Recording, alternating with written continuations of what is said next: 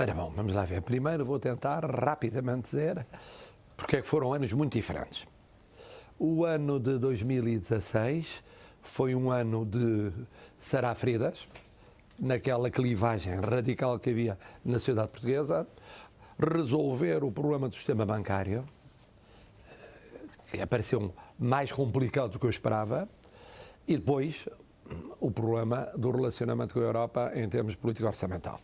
Foram os três traços dominantes do primeiro ano e começo do segundo. Quando em 2017 se pensava numa acalmia, que existiu até maio, surgiram as tragédias dos incêndios e tangos, que dominaram o segundo semestre. Depois, 2018, parecia uma nova acalmia no primeiro semestre, mas as expectativas suscitadas em muitos setores. O começo da campanha eleitoral, muito cedo, e a subida da conflitualidade social deram um segundo semestre muito agitado. Bom, este foi o panorama.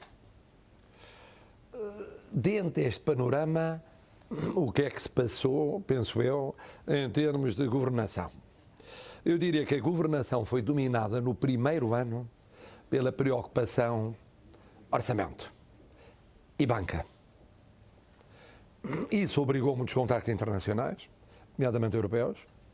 Foi muito pesado, muito complexo, às vezes acidentado mais do lado do sistema bancário do que propriamente do orçamento, mas com dois orçamentos elaborados num só ano, o que é muito trabalho com o semestre europeu. E eu diria que aí a dúvida era: será que a fórmula governativa aguenta? Ou implode? Ou perante os problemas orçamentais? Ou perante a questão bancária? Há divisões ou contradições insuperáveis. Não aconteceu. Não aconteceu. Bom, em 2000 e portanto, digamos, isto foi a prioridade governativa, muito mais que tudo o resto. É evidente ligado à reposição de rendimentos que tinha a ver com o orçamento.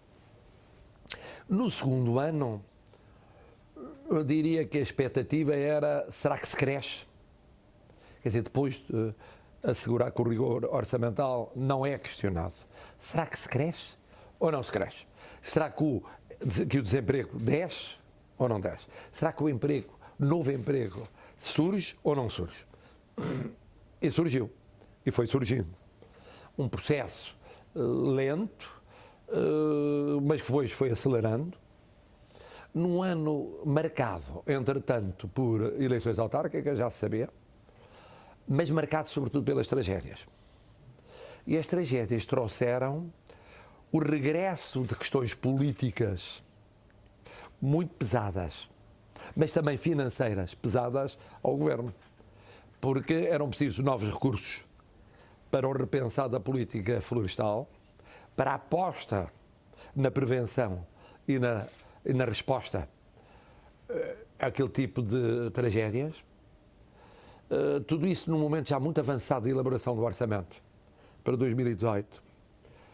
E, portanto, de alguma forma, aquilo que se discutia, eventualmente, quanto a reformas estruturais,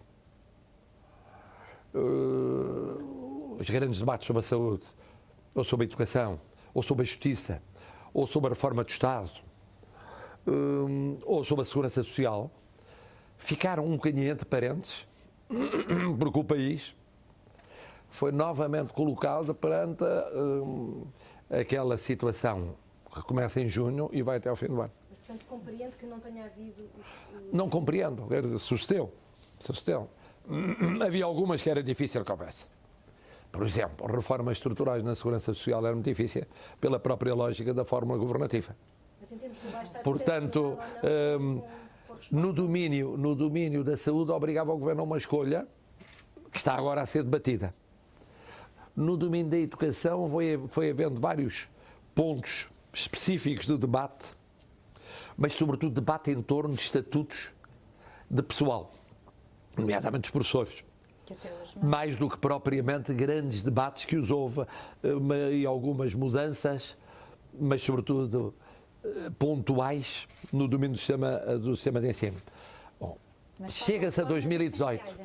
Por exemplo, Portanto, chega-se a 2018 e em 2018 o que se passa é que eu penso que a ideia era, de alguma maneira, começar a equacionar certas reformas, mas estruturais, não a segurança social,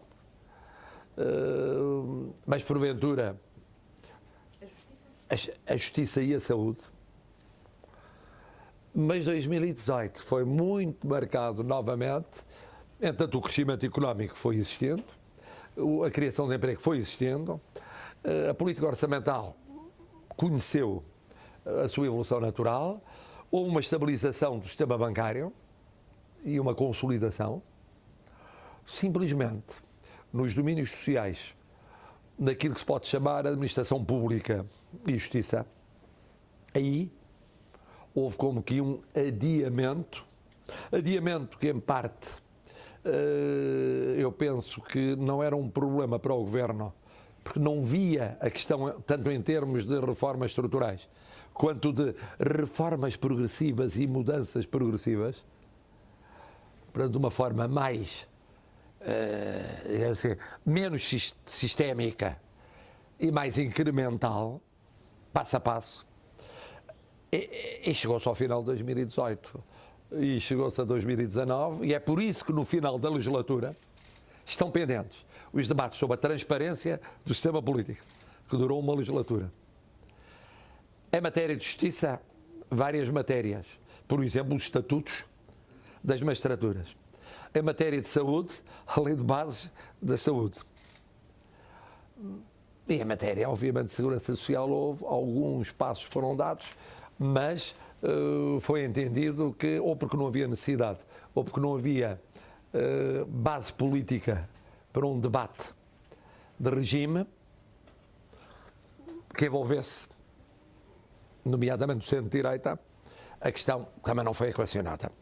E por isso, eu diria que as questões que estão pendentes nesta corrida contra relógio de final da legislatura e aquelas que ficam para a próxima legislatura correspondem às prioridades que acabaram por marcar: prioridade orçamental, prioridade do sistema bancário, prioridade de acorrer às consequências das tragédias de junho em diante de 2017 e outras prioridades, entretanto, foram surgindo, e daí chegarmos a esta fase com o afogadilho quanto a debates que, teoricamente, poderiam ter sido feitos mais cedo. E que para si era uma prioridade. Na saúde, a minha posição é um bocadinho diferente. É a seguinte: eu considerava que havia um acordo de regime implícito entre Partido Socialista e Partido Social Democrata. Eu achava. Isto é, havia uma lei de base da saúde que, mais do gosto de uns ou menos do gosto de outros, foi coexistindo com governos de esquerda e direita, sem necessidade de um repensar global. Bom, e pensei sempre que o repensar a ocorrer fosse um repensar que, apesar de tudo, não desse grande clivagem entre a PS e PSD. Achei isso. E agora? Vamos ver, não, e agora vamos ver se é assim ou não, porque o debate na especialidade é que mostrará se de facto surge uma clivagem onde verdadeiramente, até agora, havia divergências de políticas de acento tónico, mas não uma clivagem substancial. Quer dizer que se ela for rejeitada ou se for uma lei que não seja aprovada pelo PSD, ela tem um veto anunciado? Bom, eu disse que considerava muito importante no domínio da saúde, e considero, primeiro, que fosse uma lei de regime. Isto é, não fosse uma lei da esquerda, depois veio a direita, vota outra lei. Depois veio a esquerda, outra lei. Depois veio a direita, outra lei. Isso não é compatível com os investimentos a médio e longo prazo na saúde e com a estabilidade do sistema. Não é. E por isso eu acrescentava que esperava que fosse flexível. Flexível quer dizer o quê? Há pontos que decorrem da Constituição que são óbvios. Para mim, óbvios, até porque os votei como constituinte. É que respeitam àquilo que foi uma grande conquista, e é uma grande conquista de Abril, que é o Serviço Nacional de Saúde.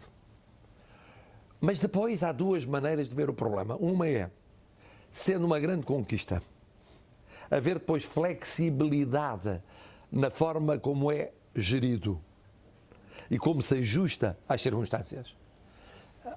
À evolução científica, à evolução tecnológica, mas também aos recursos financeiros disponíveis, mas também àquilo que são as mudanças administrativas que vão ocorrendo no tempo, ou uma maneira mais fixista, e que diz que tem que ser um quadro determinado e este quadro tem que ser para todo o futuro.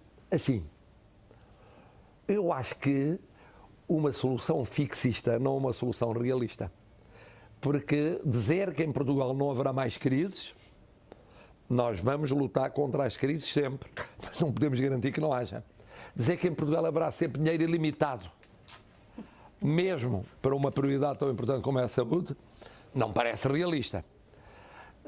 Dizer que se pode ignorar que, entretanto, o mundo mudou e Portugal mudou, e que, portanto, há de facto, na sociedade portuguesa, setores muito diversos em termos de cobertura de seguro e em termos de utilização de cuidados de saúde, não é realista.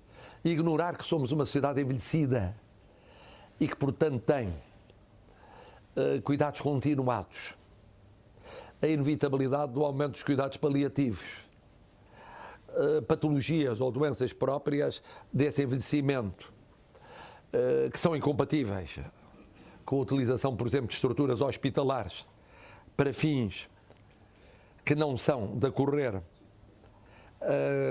a grandes questões do momento ou a pressões do momento, o que significa, portanto, a necessidade de um setor social forte. Portanto, é uma lei completamente... Ou seja, a minha interrogação, que ao mesmo tempo é a minha curiosidade, é de saber se a lei que vai sair, porque eu achava a fórmula da comissão da doutora Maria de Belém genericamente equilibrada. Podia discutir se era muito longa, pouco longa, mas genericamente equilibrada.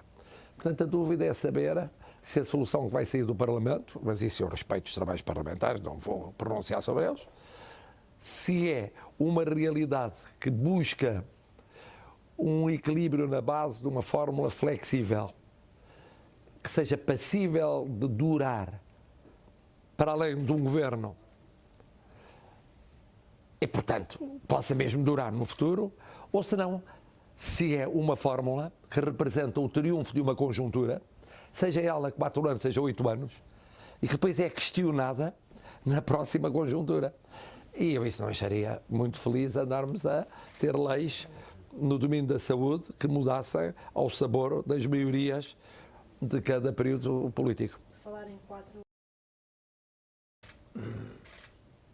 Note bem, eu tenho a minha experiência pessoal.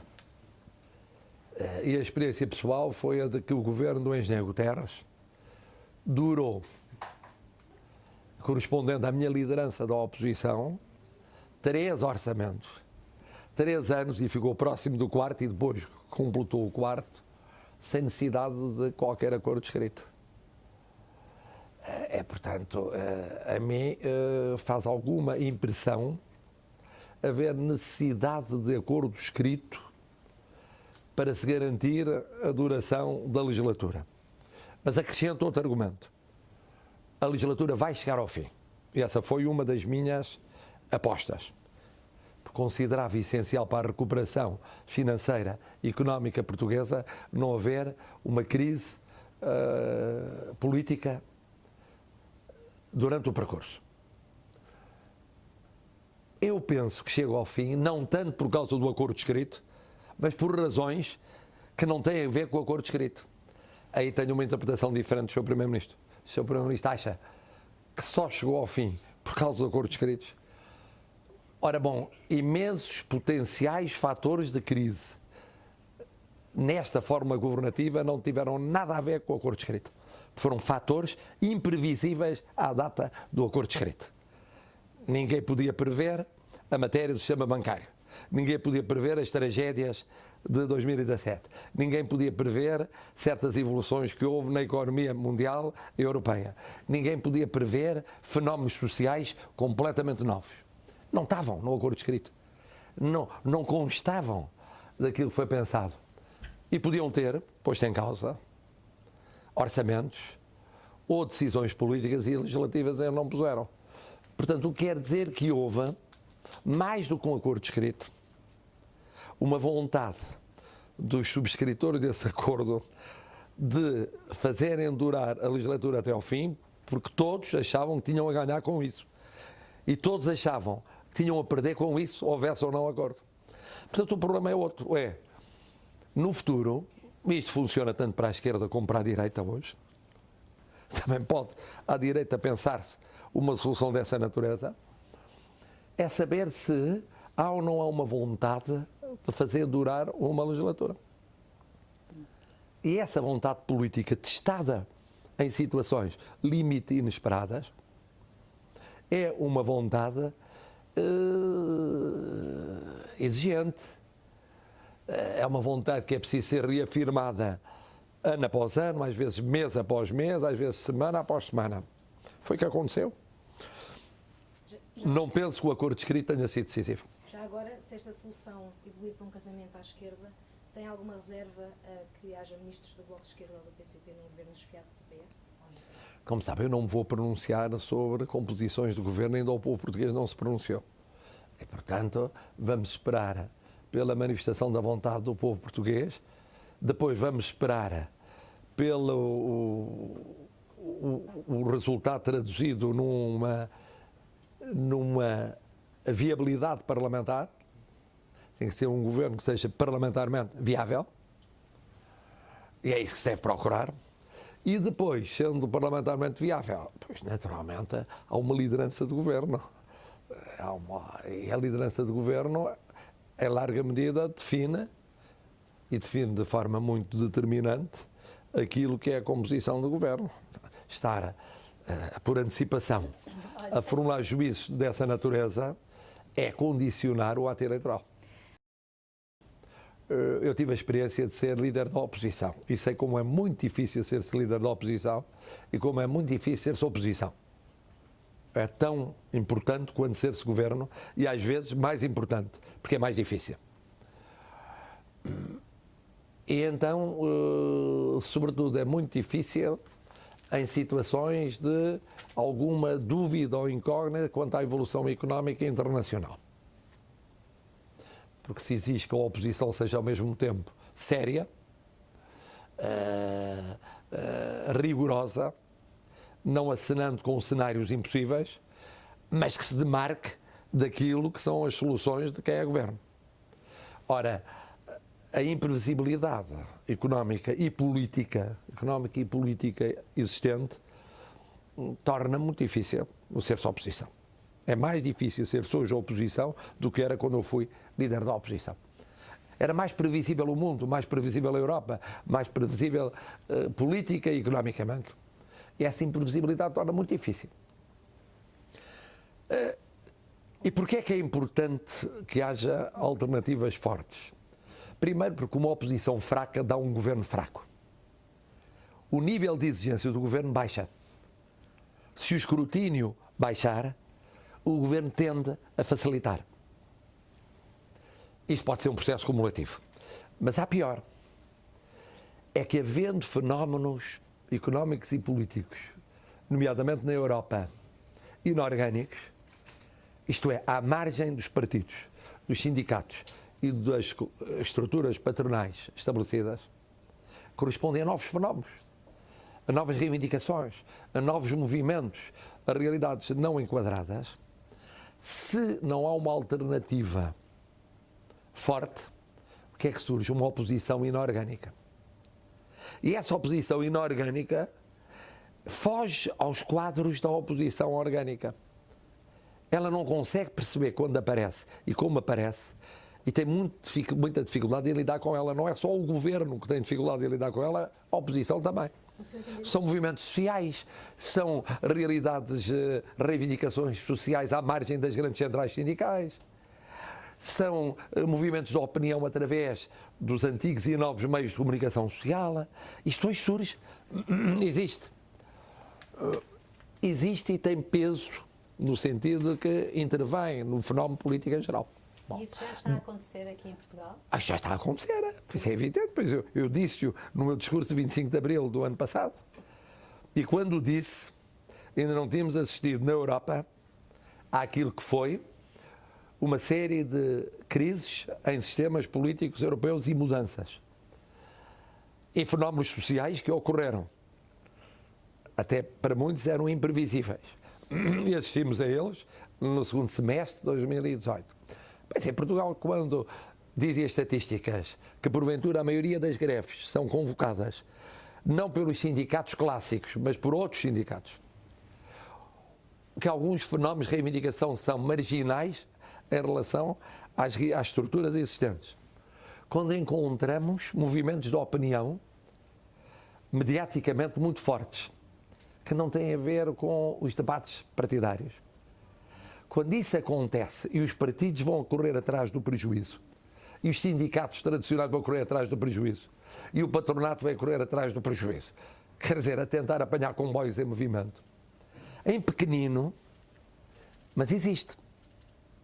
Bom, existindo isso, se percebe porque é que é tão importante haver em cada momento, por um lado, uma capacidade de regeneração do sistema partidário e do sistema de parceiros económicos e sociais, e depois alternativas de poder.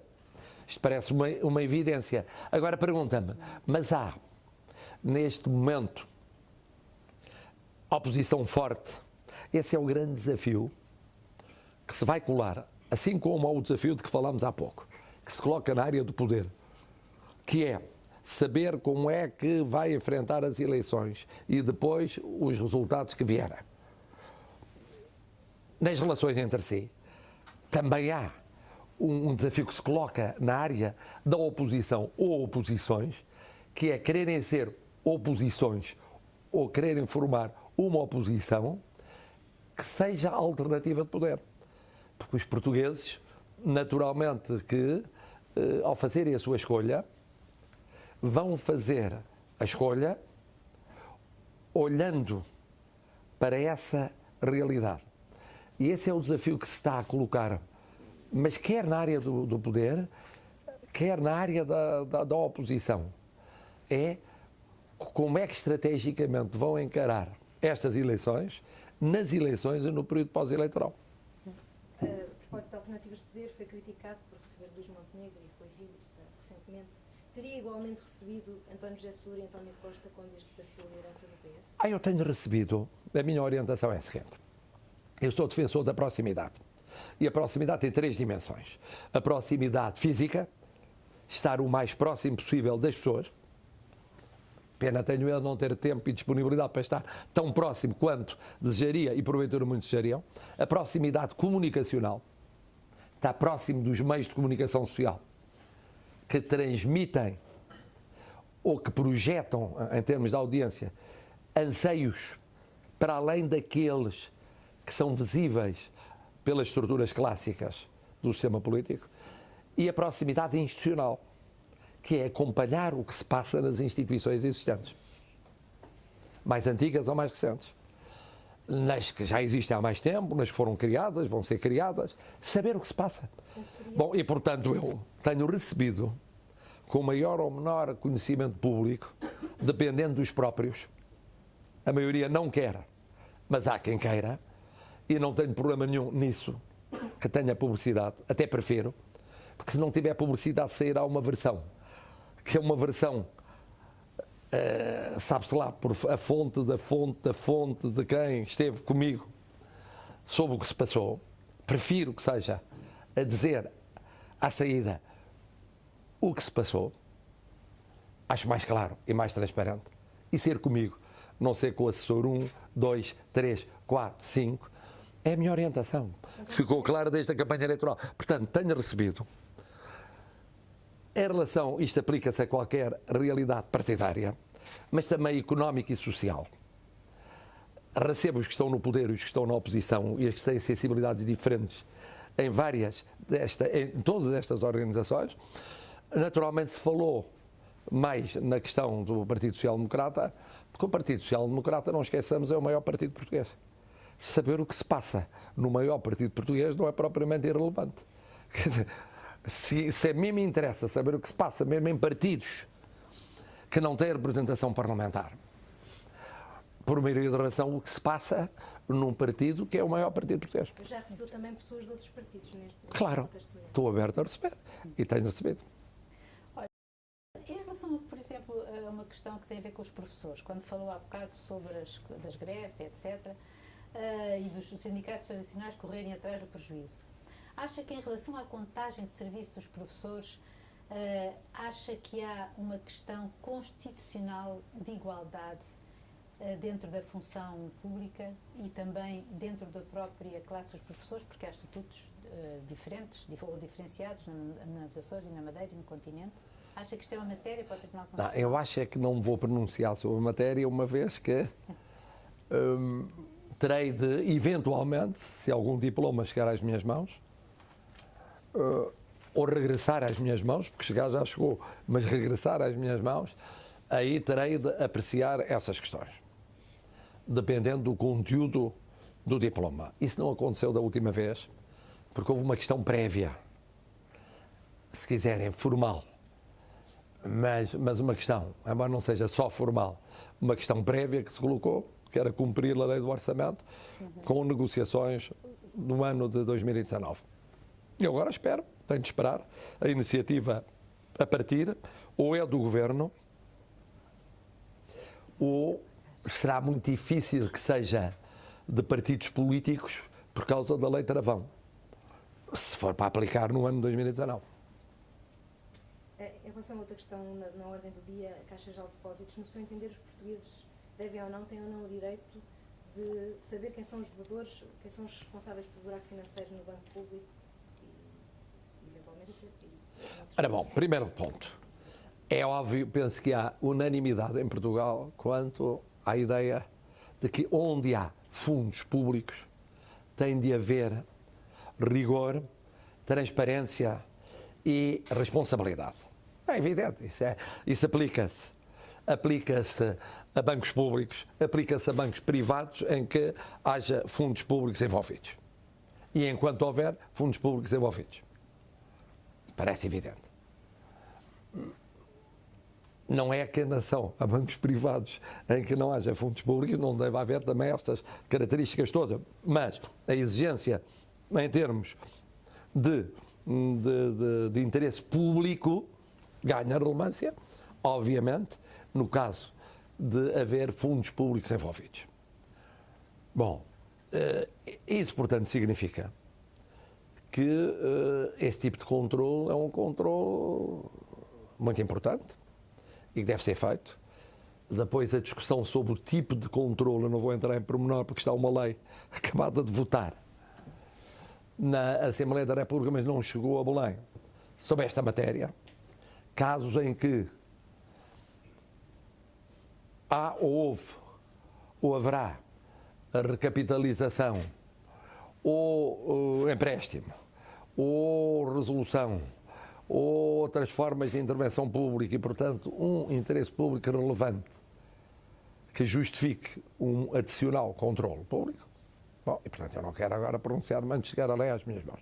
Bom, agora, em termos de princípio, e falando concretamente dessa situação específica, parece-me evidente aquilo que, aliás, o Governo também já disse. O Governo já disse que solicitava o apuramento de responsabilidades mesmo antes de conhecer aquela apreciação que eu também não conheço.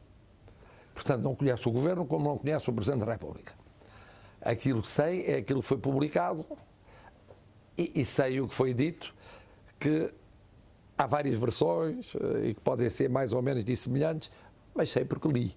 Portanto, não tive acesso oficial ou oficioso, ou sequer informal, que não devia ter, aliás, é esse documento. Outra coisa diferente é depois o apuramento das responsabilidades de vária natureza. Aí é muito simples. Se houver responsabilidades de natureza jurídica ou criminal, o Ministério Público naturalmente tomará a iniciativa de abrir um inquérito. Se houver responsabilidades meramente políticas, é uma questão de avaliação política. Eu estou muito à vontade, porque não era presidente nesse período, não era membro do governo nesse período, não era parlamentar nesse período, não era líder partidário nesse período. E, portanto, estou muito à vontade para poder olhar para essa situação. Mas acho que o primeiro passo, lógico, é haver o conhecimento oficial em termos de documento. Se não restante, estamos nesta situação curiosíssima, que é estar tudo a discutir um documento que não sabe se é o definitivo ou não é o definitivo e que foi obtido independentemente de canais jurídicos que estão para aprovação na Assembleia da República. Já esteve no bairro da Jamaica, no Seixal, e pensa ir lá para conhecer de perto a situação? Não sei se já alguma vez. Sim, não é uma impossibilidade eu lá ir, mais dia menos dia, como é evidente, como tenho estado em inúmeros bairros na área metropolitana de Lisboa e do Porto, os mais diversos. Mas o que me quer perguntar é o que é que eu penso sobre o que ocorreu nos últimos dias. Eu já sintetizei da seguinte maneira, que é: há factos singulares que merecem investigação e responsabilização, nomeadamente criminal, que seja feito. Quanto mais rápido, melhor. É indevido generalizar isso, quer em termos de comunidade, quer em termos de forças de segurança. É indevido. Ainda agora, na escola Passos Manuel, vários alunos, de forma aliás arrebatada e apaixonada, me colocaram essa questão. E eu expliquei que é errado estar a generalizar factos que ainda não foram apurados e que muito provavelmente são singulares, quaisquer que eles sejam. Bom, em terceiro lugar, eu penso que, estando nós em período eleitoral, obviamente, em que isso entra no debate eleitoral, deve estar presente primeiro uma preocupação, que é, nesse debate não haver generalizações. Pode haver, nesse debate, com o calor do debate, a tentação de generalizações. E depois acrescentei, hoje, para os alunos, em que havia uma parte que estava bastante acesa na intervenção, no sentido de criticar genericamente as forças de segurança. Eu não só recordei a importância das forças de segurança na vida deles e na vida da comunidade em geral, que é fundamental, digo como Presidente da República, digo como cidadão, e daí o que é de injusto e de errado a generalização, mas depois acrescentei um outro argumento, que é o seguinte: radicalismo atrai radicalismo. E aquilo que temos de evitar na sociedade portuguesa é precisamente, através de uma radicalização no tratamento destas e de outras questões, acabar por sacrificar o tecido social em termos de coesão. Porque acaba por, semeando ventos, colher-se tempestades. E relembrei que é verdade que grandes causas transformadoras da humanidade começaram por ter vanguardas minoritárias que as defenderam, mas em democracia só lograram vencimento quando essas minorias ganharam para essas causas as maiorias. E não quando se enquistaram com minorias, afugentando as maiorias. E, portanto, eu disse bem intencionadamente, vocês, ao defenderem as vossas causas, tenham cuidado, porque não há nada de mais tentador para quem está na posição exatamente oposta do que uma radicalização em termos tais que atrai a radicalização do outro lado. E não é preciso olhar muito, basta olhar para a Europa para ver o que se passa em vários países.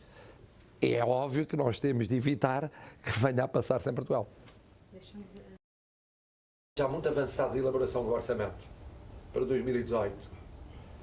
E, portanto, de alguma forma, foi um ano de sarafridas, naquela clivagem radical que havia na sociedade portuguesa, resolveu a Europa em termos de política orçamental. Foram os 3 traços dominantes do primeiro ano e começo do segundo. Quando, em 2000, elaborados num só ano, o que é muito trabalho com o semestre europeu, e eu diria que aí a dúvida era: será que a forma governativa aguenta? Será que se cresce ou não se cresce? Será que o desemprego desce ou não desce? Será que o novo emprego surge de forma governativa? Mas em termos globais está decepcionado ou não com a resposta no domínio da saúde obrigava o governo a uma escolha que está agora a ser debatida. No domínio da educação foi havendo vários pontos, nomeadamente do centro-direita, a questão também não foi equacionada. E por isso, eu diria que as questões que estão pendentes nesta corrida contra o relógio de final da legislatura, fugindo, e daí chegarmos a esta fase com o afogadilho quanto a debates que, teoricamente, poderiam ter sido feitos mais cedo. Para repensar que, apesar de tudo, não desse grande clivagem entre a PS e PSD. Achei isso. E agora? Vamos ver, e agora vamos ver se é assim ou não, no domínio da saúde, e considero, primeiro, que fosse uma lei gerido e como se ajusta às circunstâncias, à evolução científica, à evolução tecnológica, mas também aos recursos financeiros disponíveis, mas também determinado, e este cá tem que ser para todo o futuro. Assim, eu acho que uma solução fixista não é uma solução realista, porque dizer que em Portugal não haverá mais crises, nós vamos lutar contra as crises sempre. Dizer que se pode ignorar que, entretanto, o mundo mudou e Portugal mudou, equilibrada. Podia discutir se era muito longa, pouco longa, mas genericamente equilibrada. Portanto, a dúvida é saber se a solução que vai sair do Parlamento, mas isso eu respeito os trabalhos parlamentares, não vou pronunciar sobre eles, de durar para além de um governo e, portanto, possa mesmo durar no futuro, ou se não, se é uma fórmula que representa o triunfo de uma conjuntura, seja ela 4 anos, seja 8 anos, imensos potenciais fatores de crise nesta forma governativa não tiveram nada a ver com o acordo escrito. Foram fatores imprevisíveis à data do acordo escrito. É saber se há ou não há uma vontade de fazer durar uma legislatura. E essa vontade política testada em situações limite e inesperadas, semana após semana, foi o que aconteceu. Não penso que o acordo escrito tenha sido decisivo. Já agora, se esta solução evoluir para um casamento... E depois, sendo parlamentarmente viável, pois naturalmente há uma liderança do governo. E a liderança do governo, em larga medida, define, por uma razão muito simples. Porque eu tive a experiência de ser líder da oposição e sei como é muito difícil ser-se líder da oposição e como é muito difícil ser oposição, sobretudo é muito difícil em situações de alguma dúvida ou incógnita quanto à evolução económica internacional.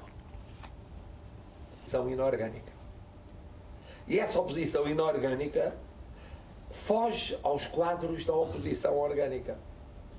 Ela não consegue perceber quando aparece e como aparece, e tem muito definido na Europa àquilo que foi uma série de crises em sistemas políticos europeus e mudanças. Mas há, neste momento, oposição forte. Esse é o grande desafio que se vai colar, assim como o desafio de que falámos há pouco, que se coloca na área do poder, que é que seja a alternativa de poder. Porque os portugueses, naturalmente, que ao fazerem a sua escolha, vão fazer a escolha. PS. Eu tenho recebido, a minha orientação é a seguinte: eu sou defensor da proximidade. E a proximidade tem 3 dimensões. A proximidade física, estar o mais próximo possível das pessoas. O que se passou, acho mais claro e mais transparente.